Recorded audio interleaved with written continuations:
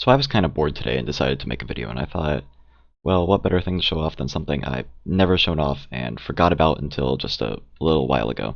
This is a movable serial encoder and decoder pair. So what it does, if you don't know about serial, I'm not going to explain it for a while because, like, frankly, I'm not the best person to ask. But we're sending all of the information long distance through one line using a specific pattern of pulses. So I thought that this logic could be movable and could be used for a few different applications if you wanted to. This is mostly just for fun. This was a build in collaboration with Totem, my absolute goat. But let's just get into it because I'm not going to explain it too long. I'm just going to show you generally how it works. So here we've got the encoder.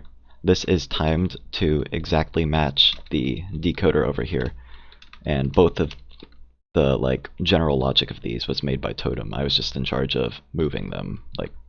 So most of the credit to this build is Totem's, and he is an insane player.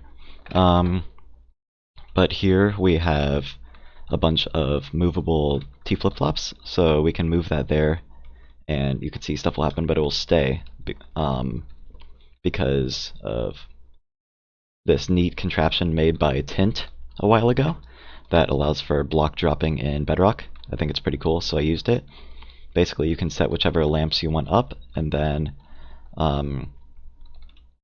when all of these are extended, basically when we send a pulse through here, it will it'll send a pattern through these rails and observers and blocks in a different way. So it goes in right here, goes across and powers this block, and then that's red, and it goes across and powers that over and over, and each of that powers the bottom observers with the exact timing we need. But when we have each, like a slice activated, it puts the block over top of the rails and underneath the observer. So that will send a pulse through the line. And that's what actually goes to our decoder. So we have a specific pattern to whatever we want to encode. And then this line here, this is an expandable rail line I made. It can be as long as you want.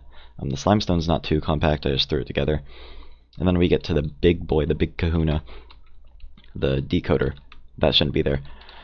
This took me absolutely ages to make.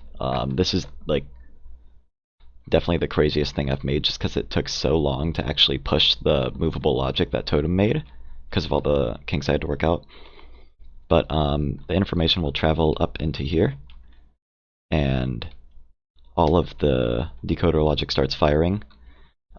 Basically, if a slice is activated, first of all, these observers are pushed over here, and in sequence, they all will be pushed back by this clock that we have behind us. And below us, you can see the inputs coming up here. But if that slice had a lamp on, it will power that back observer at the exact time that this piston is pushing, so that the observer will stay out and power through these blocks. Now these blocks have to be pushed out at the right time so we don't spam the system. So realistically, what you'd have is, let me grab my trapdoors. So realistically, you'd have some sort of output here with trapdoors. You can read them with an observer. So what happens is when we activate this, these will be pushed out, the observers, and to avoid pulsing all of these prematurely, we push the observers out, and then we push these blocks out by activating the back piston. And then once the machine is done, it's pulsed and everything, these front pistons will pull the blocks back so that it resets to its natural state. I'm going to put some observers here with pistons so that you can see which slices actually get activated and that this thing works. So we're going to put these here, and I'm going to input a code. Let's do 1, 2, nothing there, 1, 2, nothing there, 1, 2. And then what we need to do is we need to put this block in place. This is to stop it from being spammed, just in case you don't want the codes going. And then we need to come over to this side and activate it. And then we're going to see a lot of things happening over here. A lot of flip-flapping. It's doing its thing. And then boom. As you can see, it matches the exact code over here. Let me grab the lamps so you can see better.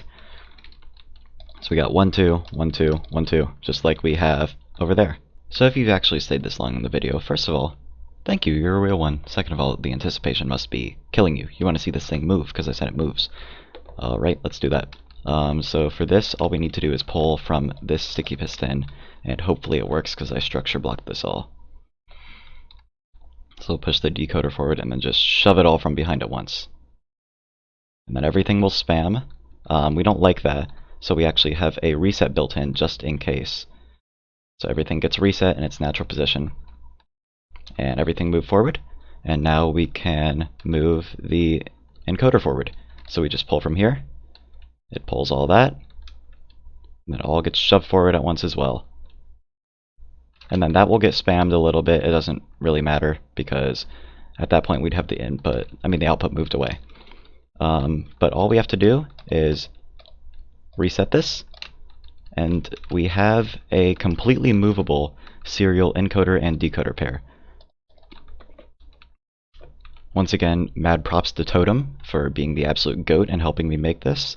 I definitely couldn't have done it without him because I don't really, I'm not very good at Minecraft. I just know how to move things with slime and pistons. But thanks for watching, bye.